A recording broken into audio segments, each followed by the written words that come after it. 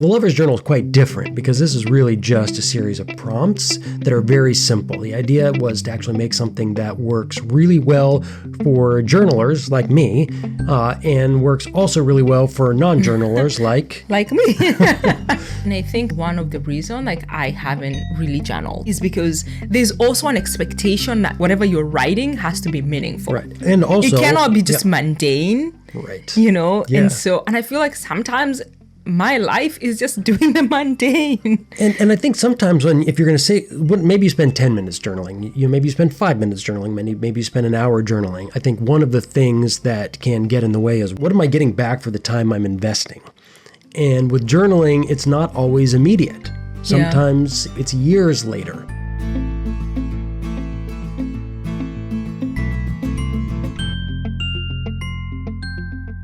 I've got, unlike you, I have a huge box of old journals from when I started journaling as a teenager. What have those meant for me? Well, it's not necessarily tangible. I can't say because I did all this journaling, therefore X, Y, or Z. But overall, there are a lot of pieces that I can look to that make that work really important. And I think that's kind of one of those things that made it really important is what if it's just kind of fun? What if we can just show up and enjoy it? And also, what if the prompts aren't always heavy, but they're a lot of levity to them? Yeah. And a balance, because you also want to do work on your relationship. You want to grow in your relationship, but growth doesn't always mean weeding out the negative. Sometimes it means, plussing the positive. Yeah. Yeah, I'm really proud of the way we did the journal because I think we brought the aspect of the heavy journaling and the fun journaling in one, and also giving people prompts. Because sometimes I sit and I want to journal and I'm like, so since it's not a habit that I have, I'm like, what am I supposed to write? Because as I said, the mundane feels like it doesn't belong in the journal. And the heaviness is I don't know where to start. Mm-hmm. So I think with what makes the Lover's Journal so amazing is that when I sit to journal, it's I don't have to really think. It's prompted, so the prompts can guide me into the beginning of starting to journal. Yeah.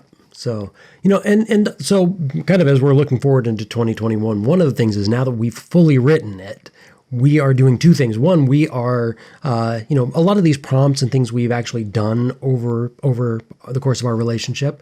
We do monthly challenges, and we've done so many monthly challenges, things that we do to kind of push ourselves a little bit or try new things, whether it's we're going to exercise every day for a month or whatever that kind of happens to be. But what I'm really excited about is we are going to be doing the Lover's Journal in 2021 along with everybody who gets one. I am so excited. Look, I want to show. Oh my God, this is smile, say cheese.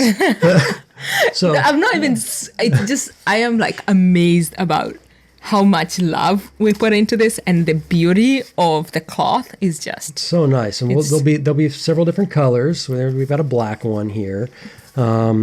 And yeah, so here, just week 21 is an example of something light. Is list at least 3 things about your lover that makes you laugh. What makes?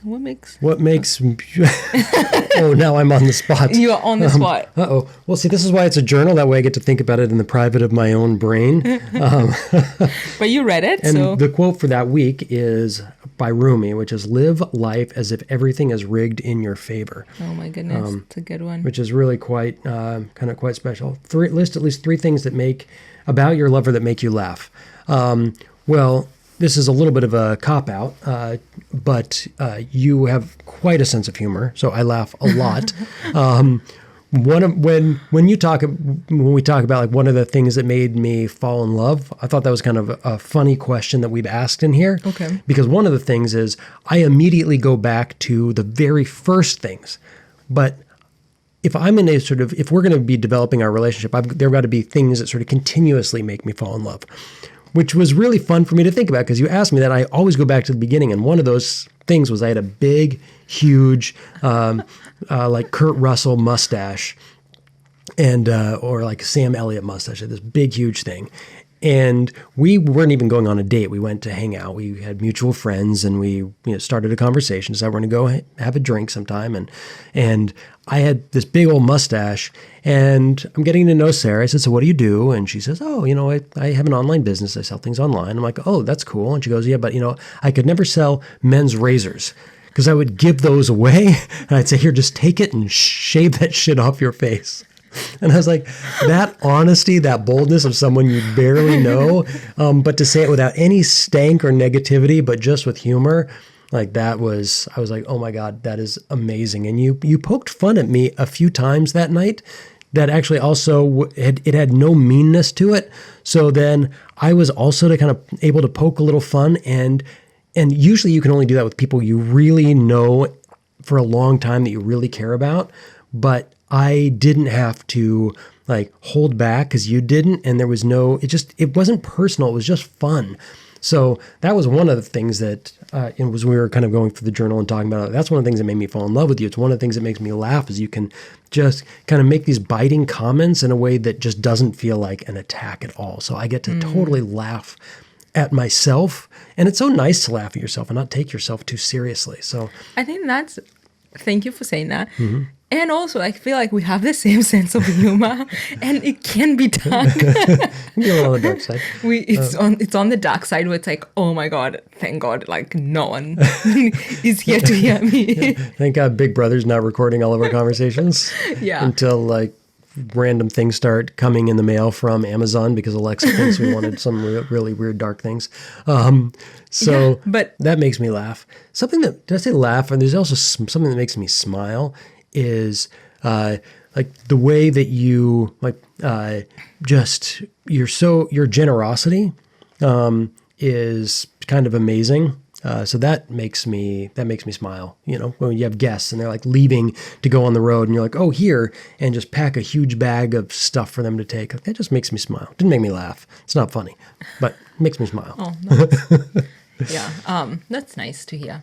So I think moving forward then into 2021 for us is doing this, but also making sure that everybody who would love to do it knows that the Lover's Journal exists and knows where to get one. Yeah, and we should have this printed and available on Amazon and... Yeah, we have a crowdfunding going on right now. We should have them, by Valentine's Day. So we will have them by Valentine's Day. Anybody who orders them now will have one by Valentine's Day, which is pretty exciting. So that's pretty exciting. So that's one of the big pieces for our 2021 is getting the Lover's Journal out. So right now, if you go to Indiegogo, you'll find it. Just type in the Lover's Journal at Indiegogo, you will see it. Yeah. So if you are listening to this and you are looking for something to gift your partner or to do in 2021, go ahead and get the Lover's Journal. Yep. And we can do it together. That's the fun part. We can. We'll be having a lot of fun. So the link will be in the show notes, so you can always check that out. And then if you have any questions about it, absolutely let us know. And that's a big thing that I'm looking forward to 2021. It's the most exciting thing I can think of. There's a few other things. I actually have a movie that I produced that comes out at the end of January. Oh, yeah. Called Caged with Eddie Cathegi from Twilight and Blacklist, Angela Serafian from Westworld, Melora Hardin. Really great cast, a really interesting movie that's both sort of a genre type thriller, but with a big social message. So that I'm really excited about too. So those are a couple things that I'm really looking forward to in 2021. Yeah, and I think for me too, is like for my social enterprise, I'm planning on adding more products into our brand. So that's exciting. And so we'd also love to hear what you have coming up into 2021. Also, any support you need, questions that you have. I think that's one of the things that 2020 has really reminded me of is that we are, no matter where you are in the world, we're a community. And it's really important for us to lean on each other to ask questions, to be really present. And that's one thing that we have kind of committed to is being there and being present with our community, both the people that are currently in our little pod, people who are our friends, and also people in the broader community. Yeah, so I'm you're going to be listening to this in the beginning of the year. So Happy New Year. Happy New Year. And I'm excited to go on this journey with you. All right. The next, in 2021. So here we go to 2021. Have a fantastic, fantastic new year.